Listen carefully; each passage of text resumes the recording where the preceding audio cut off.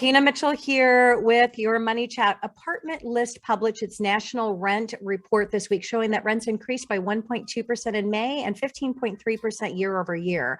Rents were still up 1.2% in the month alone, which is still around a 14.4% pace for the year and annualization. This report is for new rents. Renewals are going up high single digits year over year.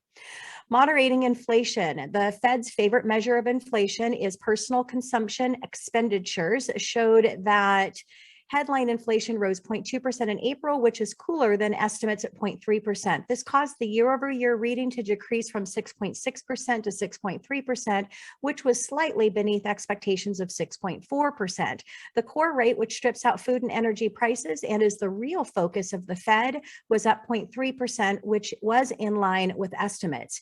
Year over year, the index decreased from 5.2% to 4.9%.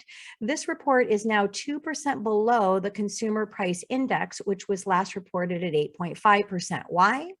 Because it has much less of the weighing towards shelter costs and out-of-the-pocket medical expenses. The next 2 months are tough on comparative basis, so we should see inflation moderate further. But the comparisons from last summer dipped to low levels, so we could see inflation start to increase again in the summer months before seeing consistent drops after September. Economist David Rosenberg brought up global home price bubble and deep housing recession. He cited a global real estate index that showed home prices gained in 5.4% in Q3 of 2021, which declined to 4.6% at the end of the year. Hardly a recession, but rather a moderation in home price gains. Another hard word for me to say today, Ivy Zelman, who has become a bit more optimistic on housing, cited that big percentage increases in inventory, and her reason for home prices may come under some pressure, but percentages can be misleading. From what level? Well, if you had 10 homes for sale and it went up 20%, you would only have an additional 2 homes. But if you had 100 homes for sale, it would be 20. We are coming off record low inventory levels, and inventory is still very tight. The active listing data goes back to July of 2016, when there were 1.55 million active listings nationwide versus 2.11 million existing home inventory, meaning that 73% of the homes counted as inventory were available for purchase. Today, there are 41 million active listings versus 1.03 million existing home inventory, meaning only 40% of the homes counted as inventory are available for sale. This speaks to the fact that homes are selling fast. As more inventory comes online, almost 90% of it is gone in 30 days. Now, based on active listings, there is much less available inventory out there than most think, and it speaks to an imbalance in actual supply versus demand. New home sales, wait is the hardest part. We are seeing a global manufacturing slowdown.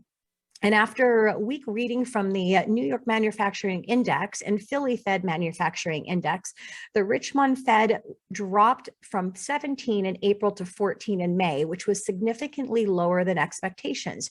New home sales, which measure signed contracts on homes, were down 17% in April to 595,000 annual pace, which was in line with expectations. The report is actually weaker than it appears, as there was negative revision to the previous month. So when factoring that in, sales are down 22% from the initial reported number. Year over year sales, they are down 27%. Why the big decline? Well, higher interest rates and home prices have had an impact, but uncertainty as well. It normally takes 6 months to build a new home, but today it's much longer and there's little certainty on completion times. People really make moving plans years in advance, and rates are moving higher, and the fear of a recession. Many are not comfortable purchasing a new home that is not completed and does not have a solid finish date. And to that point, while there were 444,000 homes for sale, at the end of April, only 38,000 or 6% are actually completed. The rest are either not started or under construction. It is a great time to buy. If you would like to discuss options on home purchase, please reach out. Tina Mitchell here, and that is your Money Chat.